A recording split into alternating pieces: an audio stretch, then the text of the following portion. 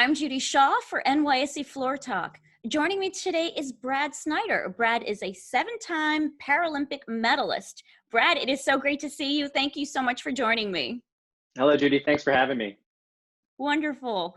Okay, so Brad, with Tokyo 2020 postponed to next year, what do you think we can expect to look forward to coming from the host country? So I think that speaking for all the athletes in the United States, at least, the way that we've been able to look at this new games is that this games will have far more meaning than any games that anyone can remember, that I can think of, as far as the whole world being able to sort of come together following this incredibly traumatic instance that has affected everyone uniquely and kind of evenly. So I think all the athletes are recognizing that we have an opportunity to do something really, really special. And that has motivated most of us, if not all of us, to readapt our training and extend everything by a year and recommit ourselves to trying to take part in something really, truly special.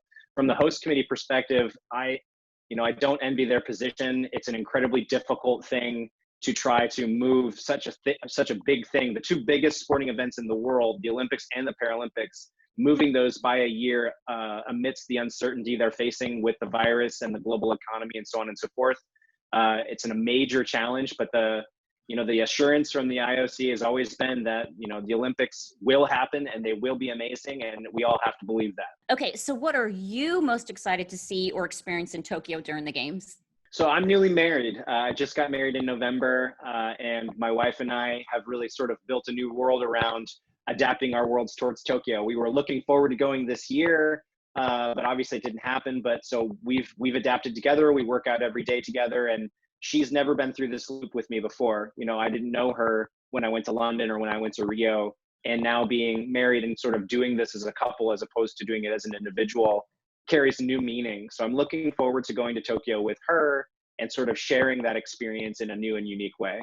Wow, that's wonderful. Congratulations on that. Thank you. Yeah. Now tell me, how has transitioning sports from swimming to triathlon been for you, especially over the last 6 months with COVID-related restrictions and the shutdown of training facilities? Well, I'll say right off the top, I'm lucky that I did, because swimming has been one of the most affected sports due to the virus, because most of us train in community pools or university pools and in public places in a way that we have not been able to do consistently or at the level that we were previous. So moving into triathlon is still giving me two disciplines that I can do from my garage on my treadmill and on my bike trainer. So thankfully, I'm in a sport where I can keep training from my garage. Swimming has been a major challenge in the face of this virus. But I'll say, transitioning sports technically has been really, really difficult. There's a lot of new skills to learn within the sport of triathlon. But it has been very gratifying. I do enjoy the race dynamic a lot more. It's a lot more complicated. It's longer. I get a little more bang for my buck. I'm racing for over an hour versus my swimming races where I'm only racing for my longest race is 4.5 minutes. So it's been an intense transition, especially considering everything that's gone along with the virus, but still very excited to race next year whenever that happens. Now, Brad, you're a seasoned Paralympian. What advice would you give to hopefuls and athletes who are going to be competing in the Paralympic Games for the first time next year? I'd say, take it one step at a time and take every moment for what it is. You don't become a Paralympian overnight. You don't become a gold medalist overnight. It's all part of this process. And you sort of have to recognize how every day is a special moment in that process. It doesn't feel like it right now because we're still a year out. Most of us are training in our garages and it's really uncertain and it's crazy, but just recognize that today is a really important step in this long journey that we're all a part of. And if you can look at every day that way, every day is special, it's meaningful, and something like an opportunity you got to make the most of. So recognize the importance of every step in the journey. Okay, and finally, Brad, how can fans in the U.S. get behind Team USA Paralympians, and how can they show their support? Well, teamusa.org is the best place to start, and there's all kinds of different ways.